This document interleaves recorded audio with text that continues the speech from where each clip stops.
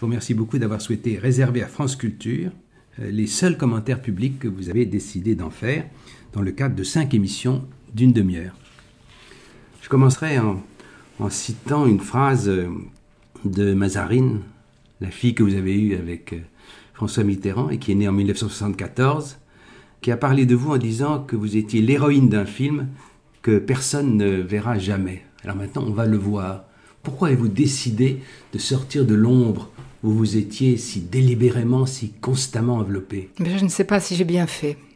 Je ne sais pas. Et tout a commencé par la lettre officielle que vous avez écrite avec Hubert Védrine, donc qui est le président de l'Institut François Mitterrand, il y a 2 ans, 3 ans, en demandant si je n'avais pas des lettres pour célébrer l'anniversaire des 100 ans. Et donc j'ai rouvert une correspondance qui a commencé il y a plus d'un demi-siècle. Et puis je l'ai transcrite, ce qui était à la fois une épreuve et une façon assez étonnante de revivre toute ma vie. Mais après, faut-il le publier? Il fallait mieux attendre une publication posthume. Et c'est là où je vous ai demandé conseil imprudemment, parce que imprudemment, parce qu'en tant qu'historien, tout document pur, si on peut dire, avait beaucoup de valeur, et vous m'avez convaincu qu'il fallait publier. Puis-je dire que pour vous-même aussi, j'ai pensé que c'était opportun? Je sais pas. Je ne sais pas. Bon, il savait que je conservais tout par métier et par nature, mais est-ce qu'il voulait que ce soit publié? Vous voyez, toujours je me pose la question. Oui, et vous pensez quoi? J'hésite. Tantôt je pense que oui, tantôt je pense que non. Tant de goût des mots, tant d'esprit littéraire, tant de plaisir à se colter avec l'expression de ce qu'il éprouve, longuement, me paraît incompatible avec l'idée qu'il aurait souhaité que ce soit détruit. En tout cas, j'ai suivi votre conseil. Vous êtes très, très coupable dans l'histoire.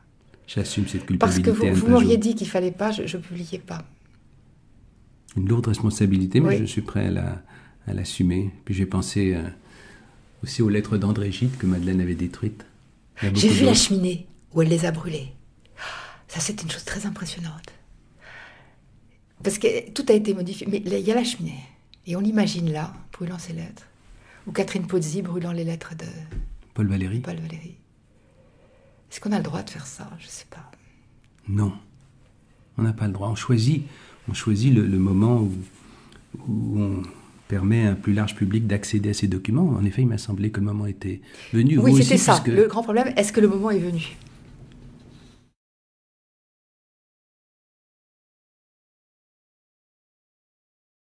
Vous étiez si délibérément, si constamment enveloppé. Mais je ne sais pas si j'ai bien fait.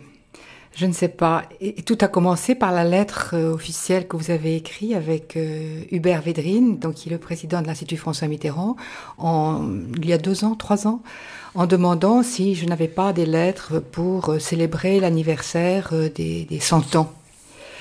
Et donc j'ai rouvert une correspondance qui a commencé il y a plus d'un demi-siècle.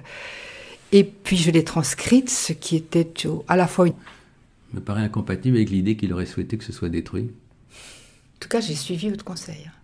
Vous êtes très, très coupable dans l'histoire. J'assume cette culpabilité. Parce que vous m'auriez dit qu'il ne fallait pas, je ne publiais pas.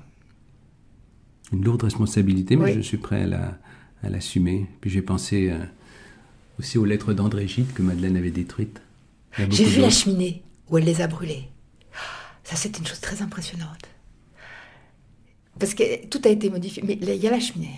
Et on l'imagine. Une épreuve et une façon assez étonnante de revivre toute ma vie.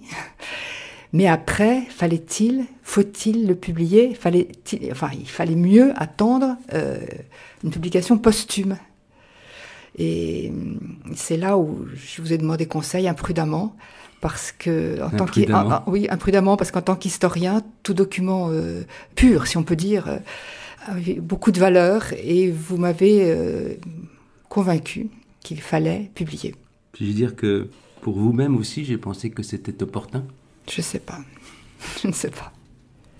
Bon, il savait que je conservais tout par métier et par nature, mais est-ce qu'il voulait que ce soit publié? Vous voyez, toujours je me pose la question. Oui, et vous pensez quoi? J'hésite. Tantôt je pense que oui, tantôt je pense que non. tant de goût des mots, tant d'esprit littéraire, tant de plaisir à se colter avec l'expression de ce qu'il éprouve, longuement. Je vous remercie beaucoup d'avoir souhaité réserver à France Culture les seuls commentaires publics que vous avez décidé d'en faire dans le cadre de 5 émissions d'une demi-heure.